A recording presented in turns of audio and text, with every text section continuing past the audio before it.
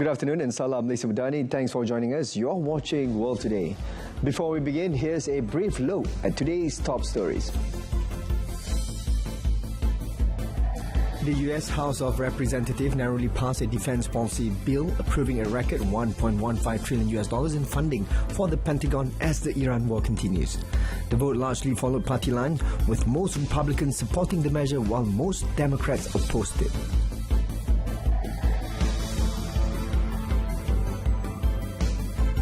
Iran's Revolutionary Guard say they stopped 3 oil tankers from passing through the Strait of Hormuz as tensions with the United States continue over control of the strategic waterway.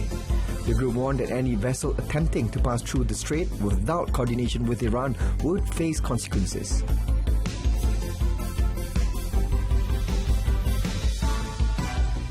The United States announced a landmark deal with Saudi Arabia that would establish a civilian nuclear program in the Gulf country, with Washington insisting the agreement includes safeguards against non-proliferation. The deal will be submitted to the Congress for review, but Republican-controlled legislature is unlikely to be able to hold up its implementation. Brazil remains open to negotiations with the United States, but President Luiz Inácio Lula da Silva said there has been no reciprocal willingness from Washington to engage. He said Brazil will continue seeking dialogue with the US while looking for alternative markets for products that can no longer be sold there. South America was already experiencing unusual and extreme weather events linked to El Nino, a climate phenomenon caused by warmer than normal Pacific Ocean waters. The World Meteorological Organization said El Nino rapidly intensified into a strong event between July and September 2026, with sea surface temperatures expected to rise above 2 degrees Celsius in key areas. The US House of Representatives narrowly passed an annual defense policy bill on Wednesday that would authorize a record $1.15 trillion in funding for the Pentagon as the divisive Iran war drags on. Thought it traditionally sees significant bipartisan support, the 2027 National Defense Authorization Act, or NDAA, passed the lower chamber in a 216-212 vote, a sign of the growing polarization under President Donald Trump. The bill, which must still pass the Senate, provides approximately $250 billion more than the 2026 NDAA, including a 5 to 7% pay raise for service members. The vote was largely along party lines, as all but 7 Republicans voted in favor of the measure and all but 6 Democrats voted against. Democrats objected to the huge amount of money being authorized for the Pentagon at a time when President Donald Trump and his fellow Republicans are slashing spending on social programs. The United States launched strikes against Iranian military targets for a 12th consecutive night. U.S. Central Command said the operations will continue to further degrade Iran's ability to threaten civilian mariners and commercial vessels transiting regional waters. Separately, President Donald Trump said Iran is not ready to make a deal, adding to uncertainty over possible diplomatic efforts.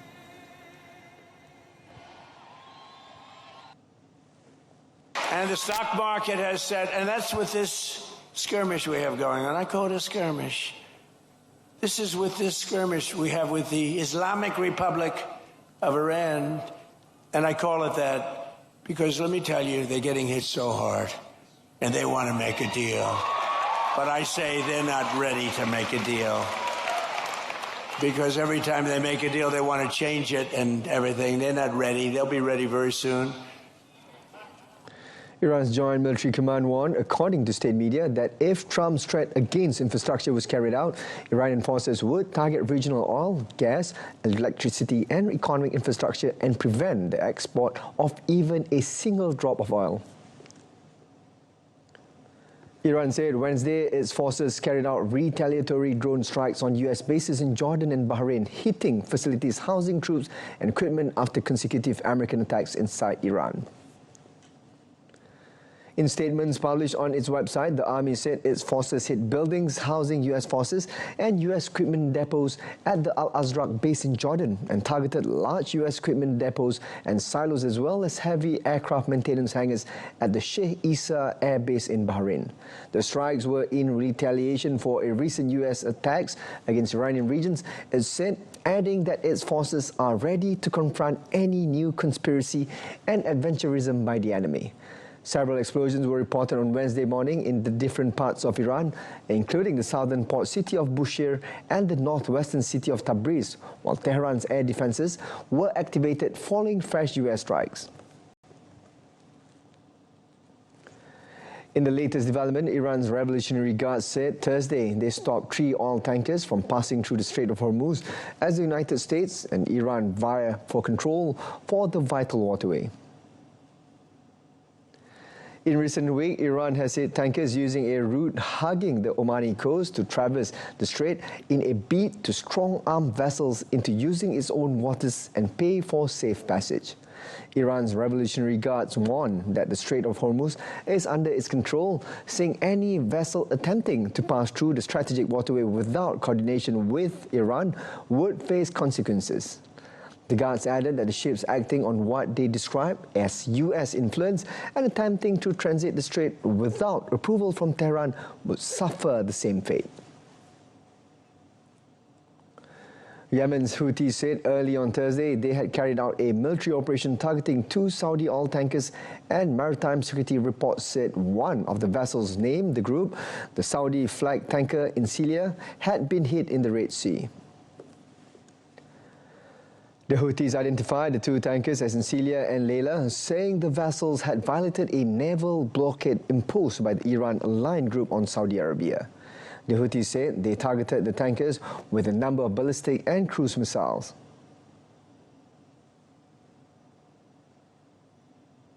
نفذت القوات المسلحة اليمنية عملية عسكرية نوعية استهدفت سفينتين نفطيتين سعوديتين خالفت قرار الحظر الصادر عن القوات المسلحة في البحر الأحمر، إحداهما تحمل اسم إنسيليا والأخرى ليلى، وذلك بعدد من الصواريخ البالستية والمجنحة والطائرات المسيرة. وكانت الإصابة دقيقة بفضل الله وعونه، وتسببت في نشوب حريق كبير فيهما بفضل الله. The Maritime Security source said no further information was immediately available on casualties, the status of the crew, the extent of damage or any environmental impact. The United States announced a landmark deal with Saudi Arabia that would establish a civilian nuclear program in the Gulf country, with Washington insisting the agreement include safeguards against non-proliferation. The move comes as the United States under President Donald Trump fights a war with Iran that began in part over U.S. concerns with Tehran's nuclear program, an issue that remains a key point of contention during now stalled talks between the two foes. The deals were signed by U.S. Energy Secretary Chris Wright and his Saudi counterpart Prince Abdul Aziz bin Salman. These 2 agreements laid the legal foundation for a decades-long, multi-billion-dollar partnership that advances several priority economic and strategic objectives, including nuclear non-proliferation. The deal will be submitted to Congress for review, but the Republican-controlled legislature is unlikely to be able to hold up its implementation. Shifting focus to Ukraine, Russian drone strikes hit 2 petrol stations in the northeastern Ukrainian city of Kharkiv, setting fuel tanks ablaze and damaging infrastructure. The remnants of a drone was seen lying on the ground at one of the sites. Kharkiv, Ukraine's second-largest city, lies about 30 kilometers from the Russian border and has been subjected to frequent aerial attacks since Russia launched its full-scale invasion in February 2022. Russia has been targeting petrol stations in Kharkiv city and the wider Kharkiv region for weeks, causing repeated damage to fuel infrastructure and disrupting operations.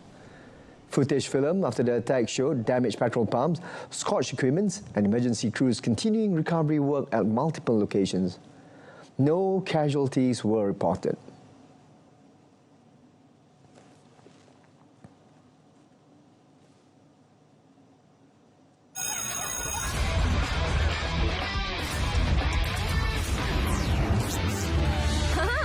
masa untuk tenaga.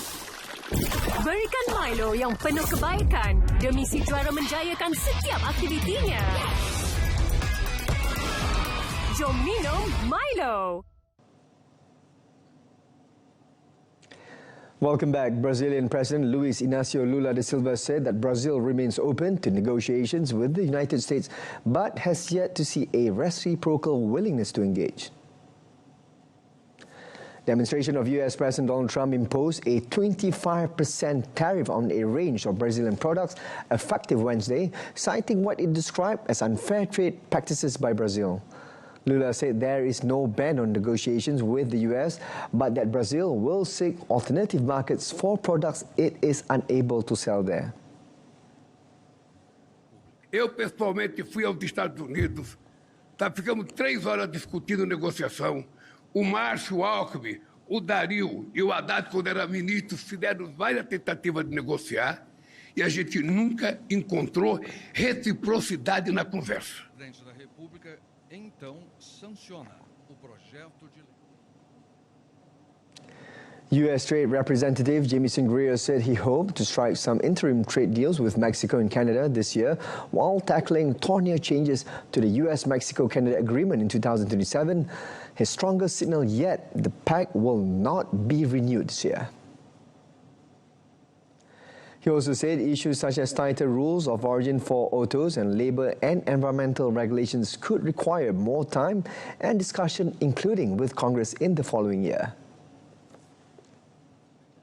I'm hopeful that before the end of the year, we can have at least options for President Trump and the leaders of Canada and or Mexico to consider potential interim arrangements or things that Canada can do on the one hand and Mexico can do on the other hand to strengthen enforcement, to improve their commitments toward us, and to make sure that we're managing all of the trade issues. Greer's comments left little doubt that a full renegotiation of the 6-year-old US-Mexico-Canada agreement will bleed into next year, prolonging business and investment uncertainty that Canada and Mexico have been seeking to ease. Both Mexico and the Canadian ministries declined to comment on Greer's remarks. Chinese Foreign Minister Wang Yi said China and India should keep the well-being of humanity in mind and demonstrate their responsibility as major countries. He added that both sides should consolidate the positive momentum in bilateral ties while strengthening coordination and cooperation on international and regional issues. Wang made the remarks when meeting with Indian External Affairs Minister Subrahmanyam Jaishankar at China-ASEAN Foreign Ministers meeting. Wang said China stands ready to work with India to implement the important common understandings reached by the leaders of both countries and maintain close high-level exchanges. He added that both sides should strengthen cooperation in areas including economy and trade, media, as well as people-to-people and cultural exchanges while properly managing sensitive issues. Jaishankar said India has consistently advanced a positive and cooperative bilateral relationship with a forward-looking approach.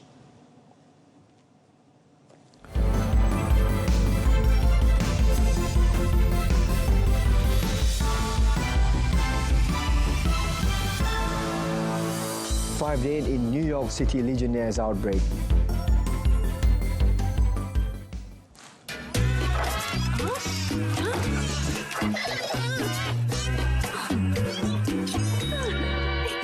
Guna mentol jimat tenaga untuk lebih jimat.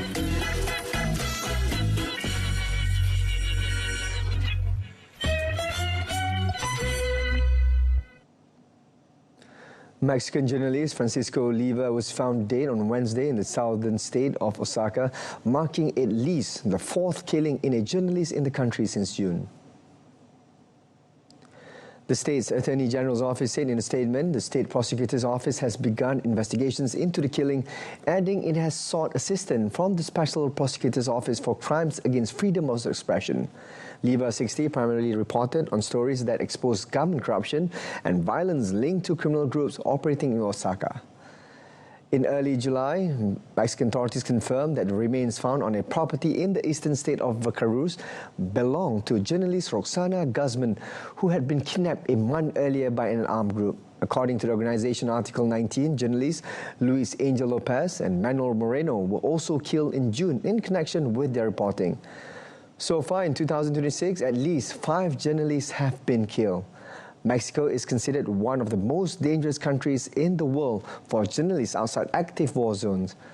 Press freedom groups say the vast majority of crimes against journalists go unpunished. New York City officials said they had eliminated the source of an Upper East Side Legionnaires' disease cluster that has killed 5 people and sickened 82 after ordering cooling towers that tested positive for Legionella bacteria to be cleaned and disinfected. New York City Mayor Zohran Mamdani said 56 patients had been discharged from hospital, 13 were never hospitalized and 8 remain hospitalized. He added no one had reported new symptoms in more than 10 days and there had been no new diagnosis for a week. We have identified 82 cases of Legionnaire's disease in association with this cluster. 5 New Yorkers have lost their lives in connection with the disease. I'm heartbroken by these losses and send my deepest condolences to their loved ones. Our city mourns alongside you. 56 New Yorkers have been discharged from the hospital after receiving treatment. 13 people contracted the disease but were never hospitalized. 8 people remain in the hospital at this time. Mamdani stated Legionnaire's disease is not spread person to person, adding New Yorkers could continue using tap water, showers and home air conditioners.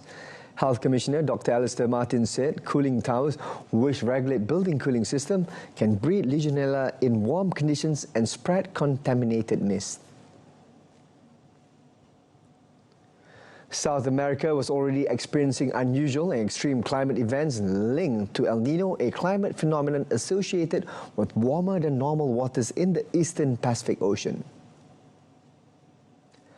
The director of the Atmospheric Physics Laboratory at San Andres University in Bolivia said the early but already damaging impacts could be just the beginning of what the region may face in the coming months, as the most intense effects are typically expected between November and January.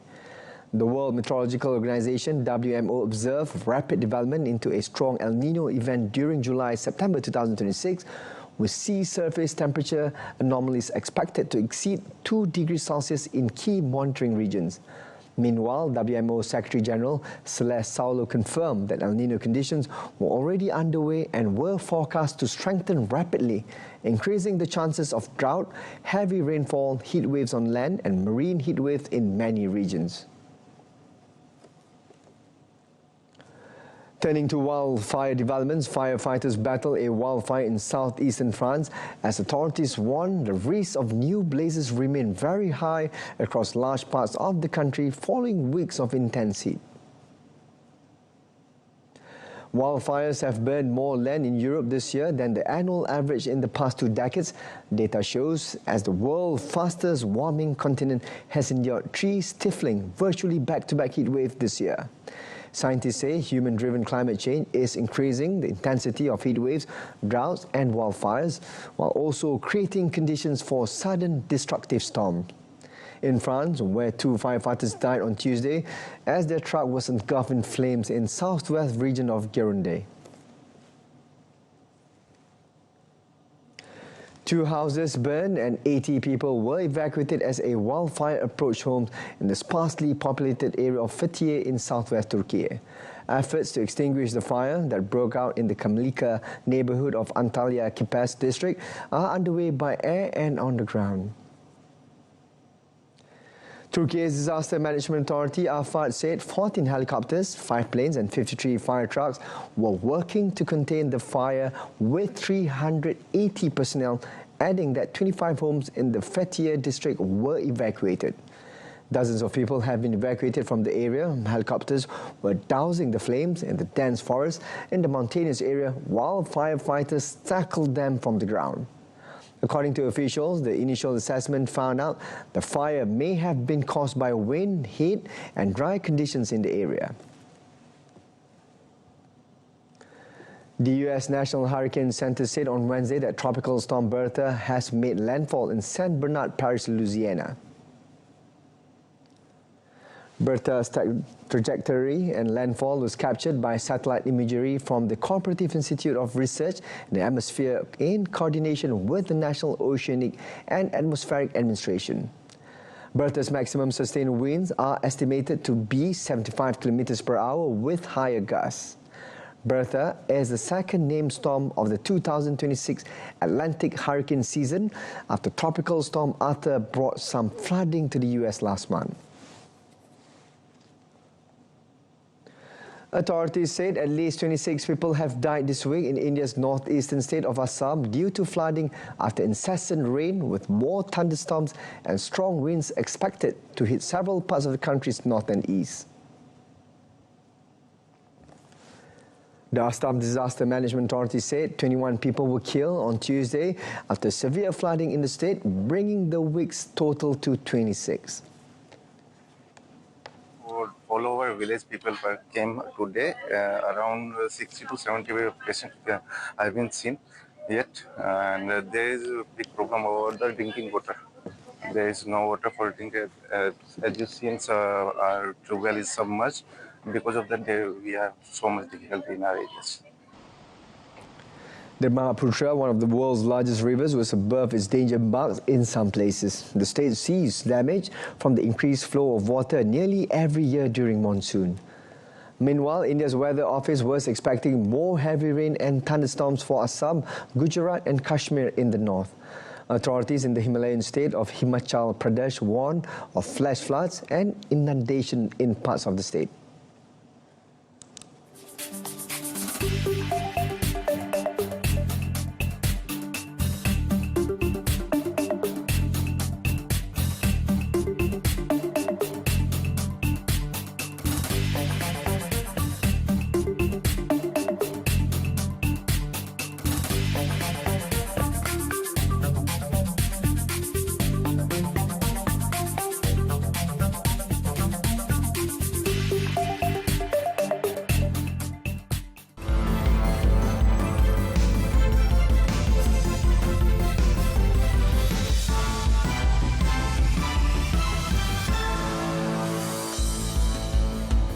New pair Tang Ji Clarissa reached second round.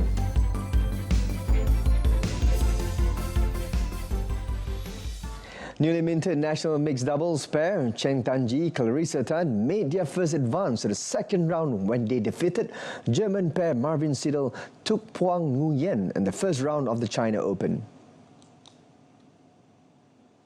The match, which took place at the Olympic Sports Centre Gymnasium, saw the pair, who were newly partnered just last week, took only 37 minutes to overcome Seidel Nguyen with a score of 21-17, 21-19.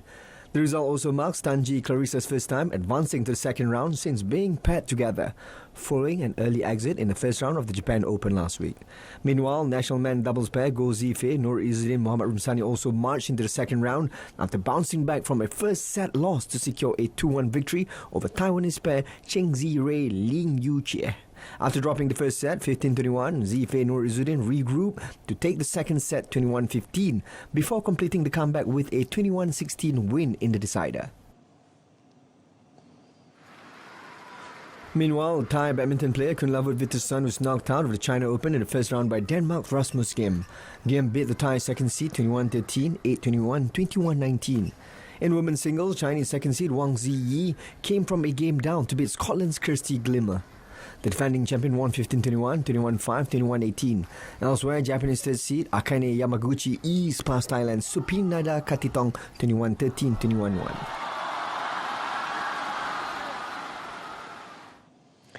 In cycling, Belgian Jasper Philipsen prevailed in a crowded rush to finish line to win stage 17 of Tour de France, moving within 7 points of green jersey holder Mats Pedersen, while Tadej Pogačar retained his overall lead. Alpecin Premier tag rider Philipsen, who had worn the green jersey in 2023, clinched his first Tour de France stage win of the year ahead of Mauro Schmid and Olaf Kuch, who were second and third. An aggressive start to the 174.7-kilometer journey from Chambéry to Voiron led to a couple of early crashes, with David Ballerini going down after a roundabout shortly before a bunch of riders in the peloton fell, including Tom Pidcock. Pidcock, 8th in the general classification, coming into the stage, quickly got back up, as did 7th place Lenny Martinez. Dean Pedersen made his move with 65 km left in the stage, speeding to join the leading group. Soon, a group of 6 riders broke away, with Pedersen among the new leaders, along with Ben Healy and Jesper Stuyven, with the peloton over 5 minutes behind. Philipsen set off with another chasing group soon after. After such a roller coaster of emotions in this Tour de France, had to wait until stage 17, and I was, I prepared very, very well. I was in the shape of my life, I think, and the first stages, the first 12 days were just horrible, and I couldn't find myself, couldn't find the feeling I was hoping for, and after 17 stages to take the victory, it's really one for the team that keep on believing in me. Manchester City's Phil Foden has signed a new contract that will keep him at the club until the year 2030. The English Premier League club announced on Wednesday that the new deal underlines their long-term commitment to the academy graduate, who has made 411 appearances and scored 131 goals since breaking into the first team under Pep Guardiola in the year 2017. During that time, Foden has helped City win 6 Premier League titles, the Championship League and 3 FA Cups.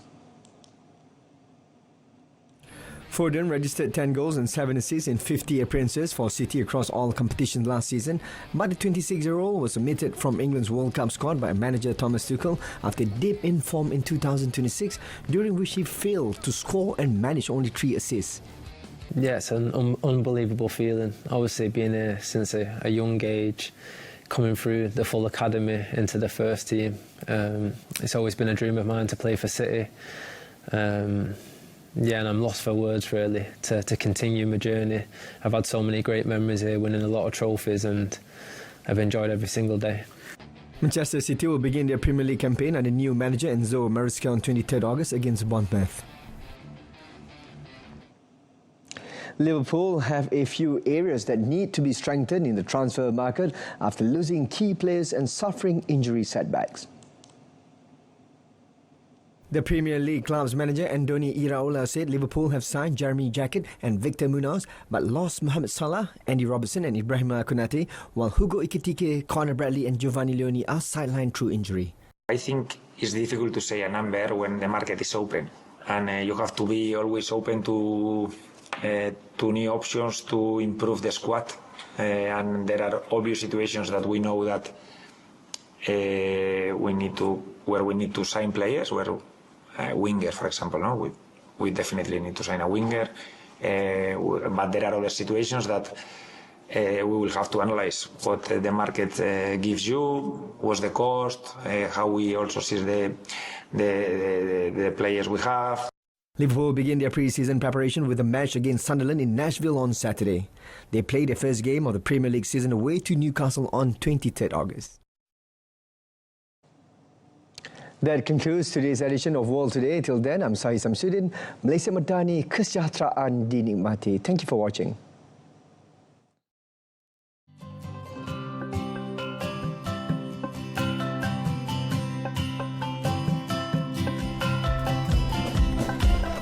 Aku berjanji kepada Ibu Pertiwi, kekal berpadu.